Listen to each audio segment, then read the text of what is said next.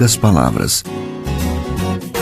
Um olhar sobre o mundo, a vida e a sociedade, à luz da Palavra de Deus, com Augustus Nicodemos. Para você que nos acompanha, estamos entrando no ar com mais uma edição do programa Em Poucas Palavras, com a série Ditos Difíceis de Jesus. Esse é um programa da Primeira Igreja Presbiteriana de Goiânia, cujo pastor é o pastor Augustus e também comentarista de nosso programa. Estamos aqui no estúdio do Seminário Presbiteriano Brasil Central, onde gravamos este programa semanalmente. Abraços, pastor Augustus. Natsa Matias, muito obrigado pela sua valiosíssima cooperação na elaboração e produção desse programa. Querido ouvinte, grato pela sua audiência.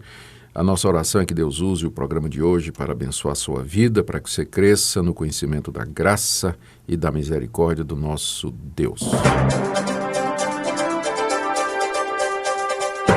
Estamos, como dissemos agora há pouco, fazendo uma série de programas sobre os ditos difíceis de Jesus, e em nosso e-mail, anote aí, empoucaspalavras@terra.com.br ou empoucaspalavras@pipg.org. São os dois e-mails do programa que você pode enviar a sua pergunta.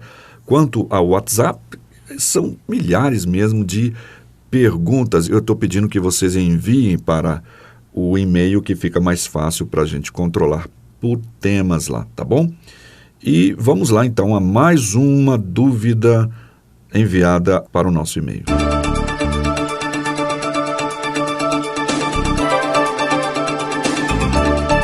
Olá, pastor, eu sou Marclan de Jesus Santos, de Betim, Minas Gerais, Primeira Igreja Batista, e ele colocou em letras garrafais.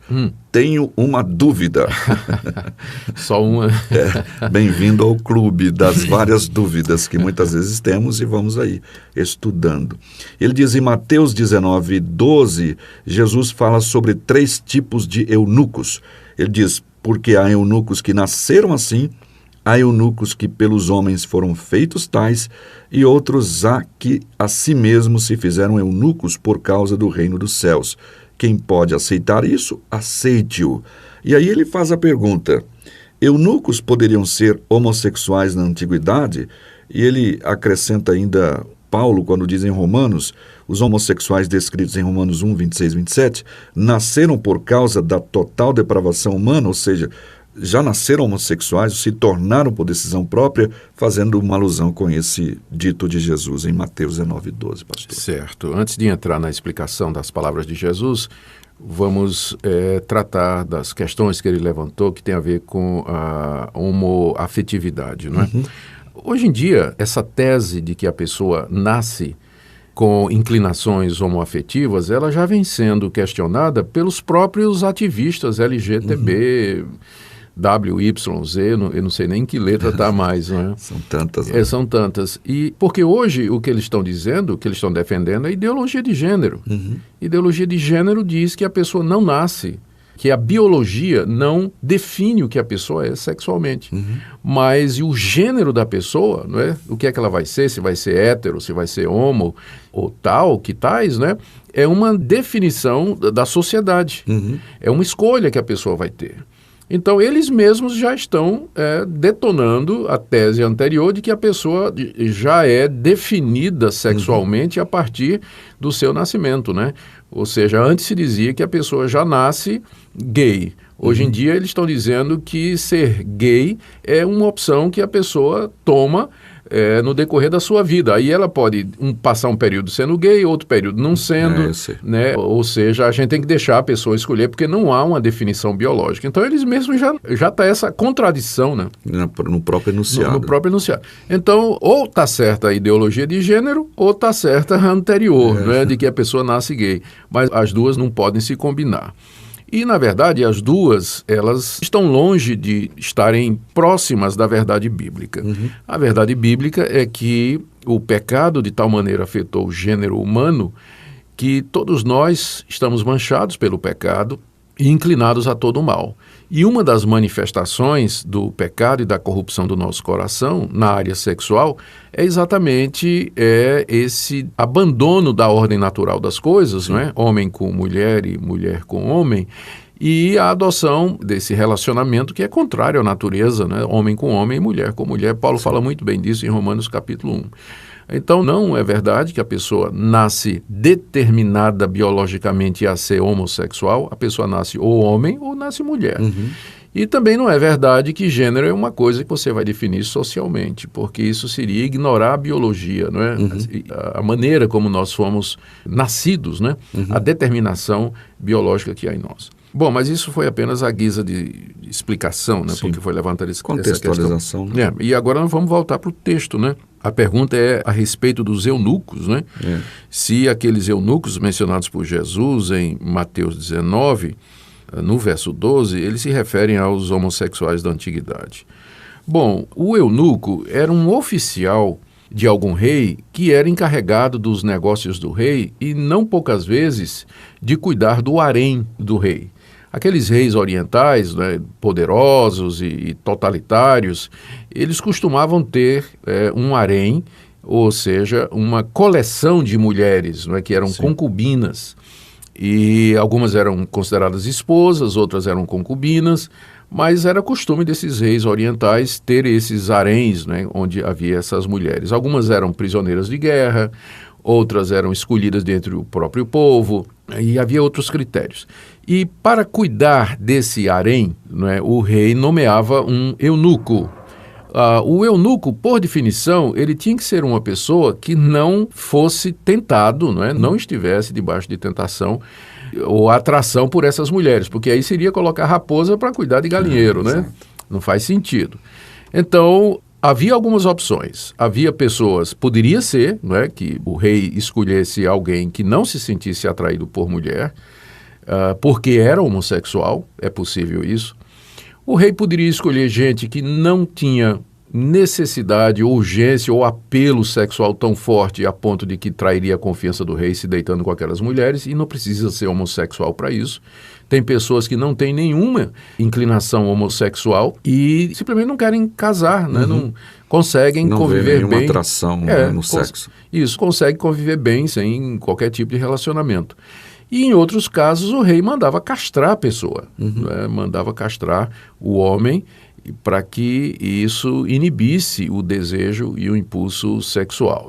Então era isso que era o eunuco. Lembrando que nem todo eunuco era castrado e nem todo eunuco era designado para cuidar do harém do rei. Havia altos oficiais, gente da corte. Eu poderia até dizer que o Daniel era um eunuco, porque a gente não tem relato nenhum a respeito da mulher de Daniel. Provavelmente ele não era casado, foi preservado por Deus ali, naquele ambiente que ele vivia na Babilônia. Ele serviu a diversos reis. E preferiu cuidar das coisas do Senhor. Das coisas de Deus. Como o apóstolo Paulo, que preferiu continuar sem mulher para poder se dedicar ao reino de Deus. A gente poderia mencionar João Batista, também colocá-lo nessa lista. Então, não necessariamente o eunuco era uma pessoa homossexual. O que é que Jesus está dizendo aqui? Há eunucos de nascença, ou seja, há pessoas que do nascimento elas não têm aquela inclinação ou aquele desejo ardente de ter o relacionamento sexual. Não precisa ser homossexual, não. Tem gente como, por exemplo, o conhecido John Stott. John Stott, um grande teólogo, grande expositor, ele nunca se casou sua vida toda, Ele resolveu ficar celibatário para se dedicar ao reino de Deus, ou seja, ele tinha completo domínio, sobre os seus desejos, Nesse caso aqui, os que nasceram assim, poderia ser a questão de defeito físico também? Ou seja, não necessariamente. Não é que seria um defeito, mas seria a maneira como ele foi constituído. Sim. Tem pessoas que têm mais inclinação para determinadas coisas, outros para outras, e no caso do eunuco, esse aqui que nasce assim, é uma pessoa que não nasceu para casar. Sim. O casamento envolve determinadas habilidades sociais e outras. Capacidade de compartilhar, de viver junto, de dividir a vida, de perdão, de paciência.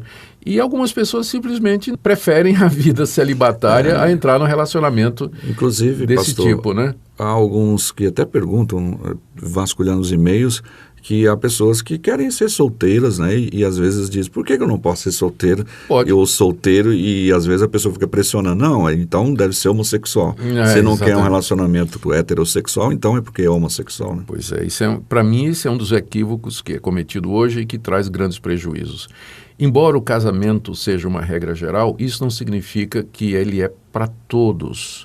O próprio Jesus diz aqui, não é, nessa passagem, de que há pessoas que se fizeram eunucos por causa do reino dos céus, optaram pelo celibato. Agora, não é só ficar sozinho e solteiro, é ficar solteiro e puro, sem pular cerca, sem dar uma escapadinha.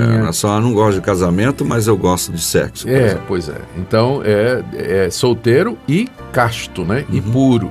Então, essa opção é perfeitamente válida dentro da palavra de Deus. O ouvinte pode depois ler aí 1 Coríntios capítulo 7, onde o apóstolo Paulo fala a respeito disso aí. Ok, então está aí a resposta para o Markland de Jesus, lá de Betim. Obrigado, viu, Markland, pela oportunidade que você deu para que esse tema fosse tratado, de relevância, de total importância na nossa época, especialmente em que estamos vivendo. Obrigado também a outros ouvintes que sempre têm mandado aqui e-mails. Quero citar o Daniel Pereira Meireles, Janete Carvalho, também obrigado pela sua participação no programa. Ela fez outras perguntas, mas estou apenas dando aqui um alô para o pessoal saber. Olha, ele me viu, logo a gente traz a pergunta dessa turma. Muito bem. Querido ouvinte, obrigado pela sua audiência. Nossa oração é que esse programa seja usado por Deus na sua vida. Fica na paz. Venha a mim, com eterno amor te amei. Venha a mim, com paciência esperei, minha vida dei e me entreguei, sofri a cruz por ti, volta já para o lar e hoje venha a mim.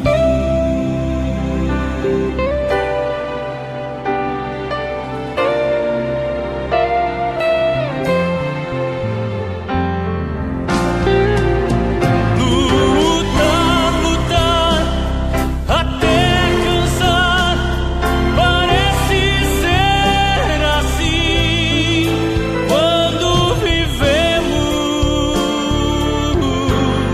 sem ver o fim.